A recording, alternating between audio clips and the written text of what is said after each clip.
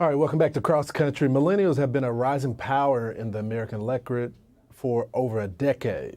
They were the driving force that helped Barack Obama get elected in 2008, and they have been a strong presence helping Democrats to cross the finish line in races all across the U.S. since then. However, in recent years, there's been a shift in the generation and in their political preferences. Data from the Pew Research Center shows that current millennial voters are changing their support from Democrats to Republicans and getting closer to levels seen by baby boomers and Gen X. I'm now joined by 4 millennial voters who have made those changes themselves.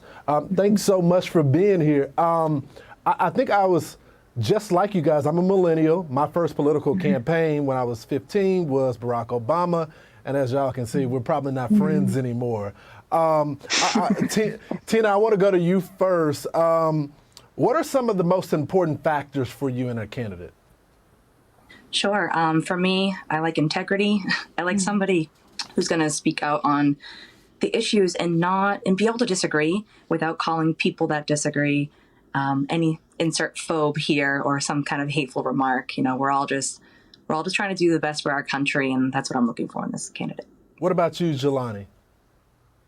I need somebody that's going to actually look at these issues and not try to make it about just like one party issue. It's all bipartisan for the most part for the issues I'm looking out here in Washington State, and it looks like the rest of the world. Lydia, why did you leave the Democratic Party? Yeah, isn't that the $1 million question? I left the Democrat Party when I was 24 years old. I voted for Obama twice. It really began with conversations at work with coworkers, and then it led to me just seeing the bias in TV shows like The View and late night TV. And then I just at some point realized I no longer support these values. The Democrat Party is standing for something that I no longer or had always had in my culture, the way I was raised. I just didn't support that anymore. And the Republican Party supported those values more closely. What about you, Sydney? Why did you leave the Democratic Party?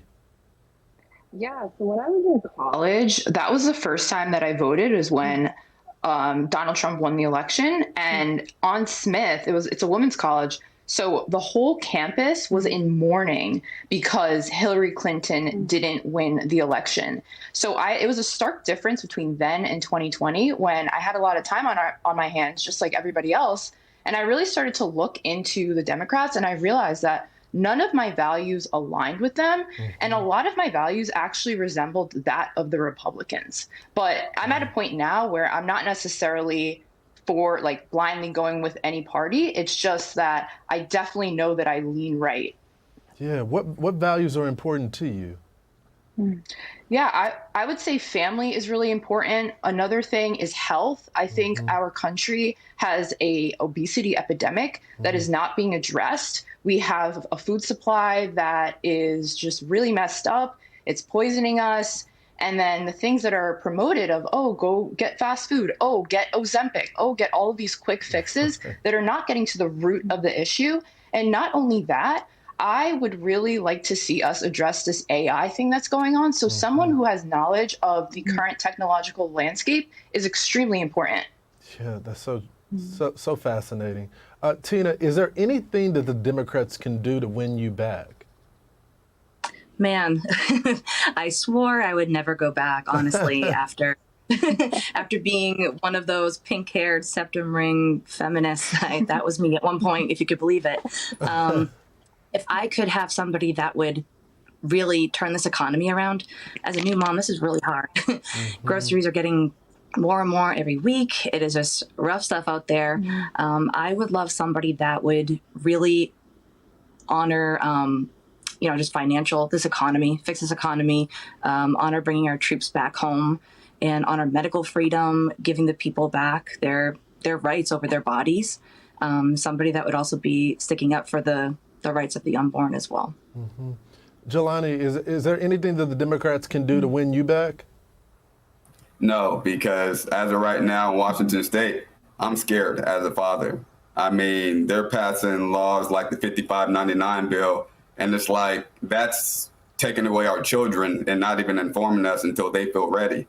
And as a father, as somebody that's really passionate about my kids, like just for me to not understand my kids, and then the government's able to take them away from me without any knowledge of what's going on with them, makes me scared for anybody. Yeah.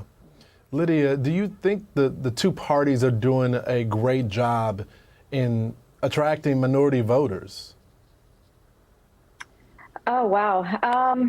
Yes and no. I mean, the Democrat Party is certainly doing very good on the ground floor when people are coming in through the border and through these organizations that are bringing them in. But I don't know, the Republican Party is definitely speaking to voters, and now they're going into their language, into their communities, and definitely speaking like we support your values. We have those family values. And so it's kind of like they both kind of have different parts of the party, but I feel like the Republicans are winning them over in the end.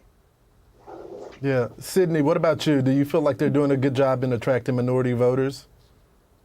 I think part of the issue is that we focus too much on these identities as opposed to what are the actual problems that we have in our society and how can we get behind that? Because I think, especially with things like TikTok and just social media in general, but especially TikTok, it really silos people off to these communities, and it only further makes them more intense about their community that they're quote unquote a part of. And it's like, if we take the identity aspect out and we're like, okay, we have homelessness that we need to solve. We have obesity that we need to solve. We have inflation that we need to solve. And we have like this technological advancement that we need to solve that nobody knows how to use. How do we attack those issues? How do we solve those issues? And I think that's a better way to bring people together versus our skin color, what we have between our legs. Because ultimately, we're people. That doesn't matter. We all want to live good lives, take care of our families, have fun, go travel sometimes.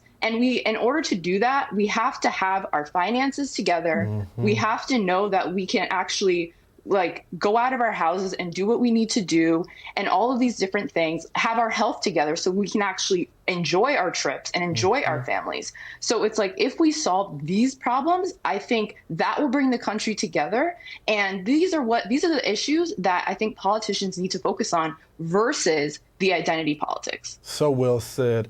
So we know this election is essentially coming down to two candidates.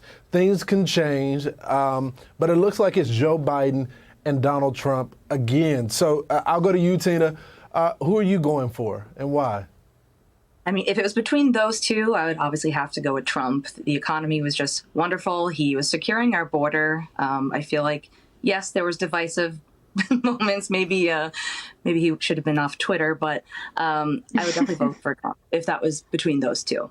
Yeah. What about you, Lydia? I would definitely vote for Trump. He put America first. He made sure that the people were always first, and it wasn't just in the best interest of the government. So I would definitely vote for Trump a third time. What about you, Sydney?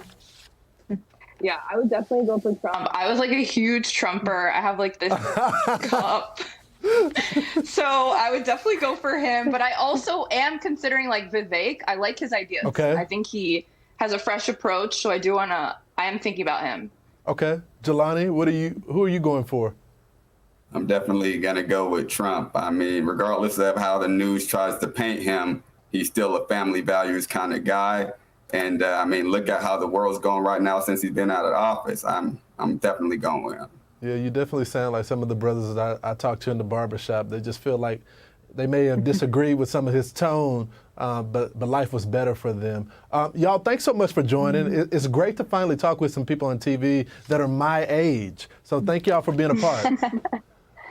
Thank you so much. Yep. Thank you. Y'all have a good one.